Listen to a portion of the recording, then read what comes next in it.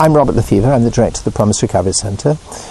What we're hoping to do with these short clips is to help people to understand the nature of addiction and what can be done about it. What we need to be able to do then is to try to change our society in the way that it looks at addiction. I'm the doctor to a school in central London, and in that capacity I would ask families if there's any history of cancer, diabetes, heart disease and so on, and they'd expect that. Any history in the family of addiction? What? They'd be infuriated that I should dare to ask such a question of their family.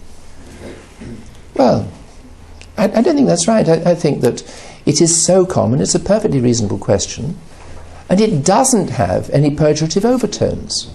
I don't see being an addict as being something disgraceful or shameful or evidence of weak will. I'm very strong-willed. In fact, that's what we find, that most addicts are too strong-willed. We go on trying to fight a battle that we cannot win. And we go on and on and on doing that. I was 47 when I got into recovery. That's a lot of pain.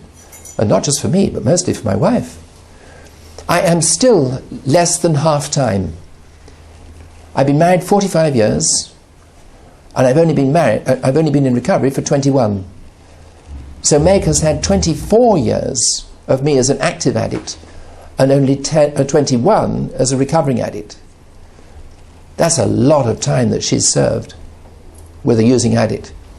Now, in 3 or 4 years' time, when we're even, then.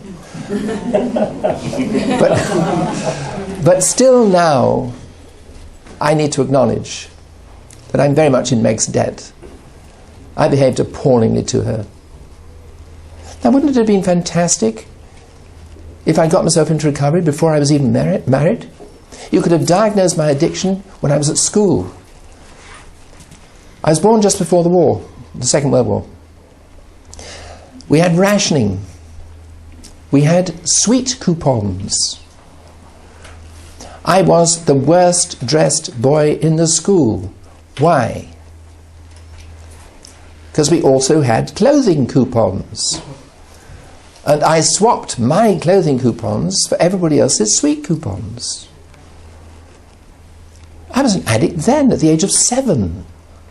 I used to look forward to the porridge being burnt. Because if the porridge was burnt, nobody else would eat it. And therefore, they wouldn't eat their sugar ration. So I would grab hold of their porridge. I didn't mind whether it was burnt, I just wanted the sugar. That's me, age 7, 8, 9, 10. And it could have been diagnosed then.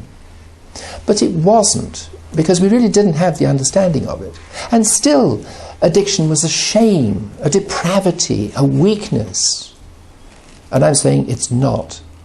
But we've still got a long way to go culturally before we get to that level where society at large accepts addiction as just another illness, just like diabetes or heart disease or whatever.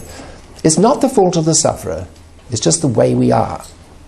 Now, hear what I said. I said the illness is not the fault of the sufferer. Hear what I did not say was that therefore I'm not responsible for my behaviour as it affects other people. I am totally responsible for my behaviour. If I'm unpleasant to Meg, I can't say, oh, well, it's all right, I'm an addict, that's the way addicts behave. That is not true. I was responsible for that. It was nothing to do with my addiction. I was a stupid, arrogant idiot. And I have to take responsibility for that. I cannot say, it's because I'm an addict. It wasn't. I was an idiot anyway, arrogant anyway, unpleasant anyway. And so you can't allow addicts carte blanche to behave as they like simply because they're addicts. So I want to make that point quite clear. So the early diagnosis, I think, is absolutely vital if we can help our children towards that and help our society towards that acceptance and understanding. Then I think it'll be exactly the same as the other major transitions in history. Let me give you some quick examples. First of all, short sight. Here I am, prehistoric, and they say, look after the fire because there might be a saber-toothed tiger along. And I say, a what? And they say, you crazy or something? Look after the fire, protect the children, because there might be a saber-toothed tiger. And I say, a who? They say, you're useless. You know, you're no value to the tribe. We better stick you on the stake. We'll have you for lunch. See, I'm short-sighted. I can't see. Nowadays, we understand that. Would you let me marry your daughter? Because I'm short-sighted? Would you say, ooh, bit tricky? I think you would. You know, barring the fact I've got a wife already. You know, I don't think you'd think of short sight as being a disgrace, a shame, a depravity, a weakness. It's just short sight. We understand that. Okay, let's move on a couple of thousand years. And here we are in the Middle Ages, and I've just had an epileptic fit. Okay, so how in the Middle Ages do you interpret that? Well, it's one of them, isn't it? It's the devil has come into me, and the devil has got to be exorcised. And you exorcise the devil by sticking me on a pyre and burning me to death.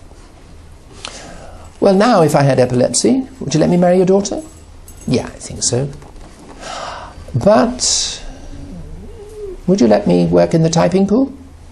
Oh, well, you know, that might be just a bit upsetting for the other girls. You see, we still haven't really come to terms with epilepsy. Still, in the soap operas, the chap who's been a sex molester or whatever, it's all explained when it turns out that he's got epilepsy. Oh, now we understand. Well, that is grossly unfair to people who've got epilepsy. Epilepsy is, the major part of epilepsy is idiopathic. We just don't know what it caused.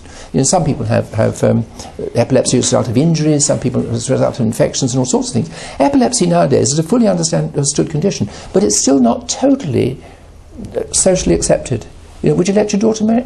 Well, darling, I mean, do you think that this is the best you can do?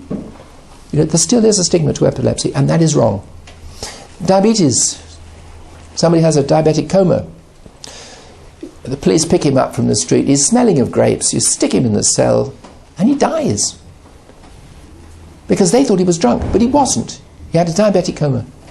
He was pouring out ketones, and he smelled as if he was drunk. And he was behaving as if he was drunk, but he wasn't. He was diabetic. And that does happen. Every year you get people dying in police custody from diabetes. Well, they're aware of it now, and they do take much more trouble. But in society, you get an actor has got to play the part of an alcoholic. Easy. 3 steps and it's an alcoholic. Diabetes, much more difficult to play on stage because people don't have a concept of what diabetes is. But a diabetic coma coming on, it's exactly the same as the alcoholic. And that's why they get misdiagnosed and mistreated. Let your daughter marry one? Oh yeah, get him to take his insulin, he'll be fine. We're not too bothered about epilepsy. Now all I'm showing you is historically the attitudes towards various clinical conditions have changed in time. And now here we are with alcoholism, drug addiction, eating disorders and all the rest of it. Within 50 years, it'd be totally acceptable, just as diabetes or epilepsy or short sight are nowadays. It's just where we happen to be at history at this particular time.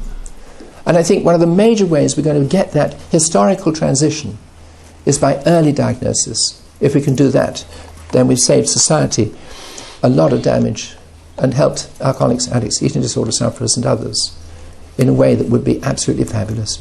And Promis will close, and I'll be happy to close it.